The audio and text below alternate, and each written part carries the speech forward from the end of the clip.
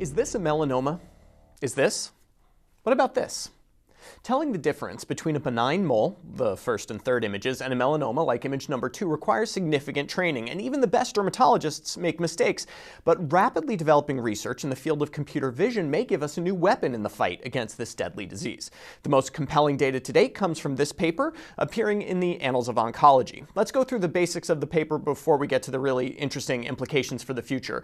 Researchers curated a set of 100 dermoscopy images of suspect lesions, like the ones I showed you earlier. These were deliberately chosen to be difficult to diagnose. Of the 100 images, 20 were melanomas and 80 were benign melanocytic nevi. The pictures were sent to 58 dermatologists who made their diagnoses, but there was a 59th reader of the images, an algorithm called a convolutional neural network.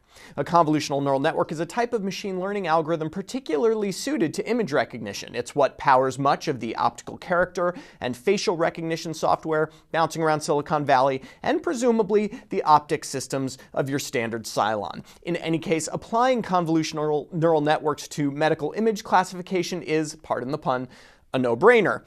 How'd the computer do? Alan Turing would be proud. The algorithm missed only one of the 20 melanomas. The average dermatologist missed 3.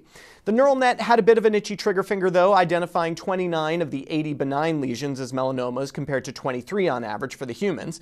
Here's one of the lesions it got wrong, courtesy of the lead author, Dr. Holger Hensley. Overall, only 13 of the 58 dermatologists had better diagnostic performance than the neural network. Basically, the neural network detected more melanomas at the price of a few more false positives, as you can see here. This is actually ideal for a screening test, which is where I think algorithms like this really shine. Convolutional neural networks are really hard to build, but once that step is done, they can be widely deployed and don't require more computational power than what you have on your smartphone. This means that primary care or even self-directed screening of suspicious skin lesions may become a reality soon. But let's not all board the hype train right away. This was only 100 images. There was limited representation of all the varieties of lesions and skin types. In a real-world setting, the algorithm may suffer. Still, I think it's clear that algorithms like these are the next wave of medical advancement, similar to ultrasound, CT scan, and genetic testing before them. Provided the machines don't, rise up and destroy us all, these brains in silico are coming soon to a clinic near you. For MedPage Today, I'm Perry Wilson.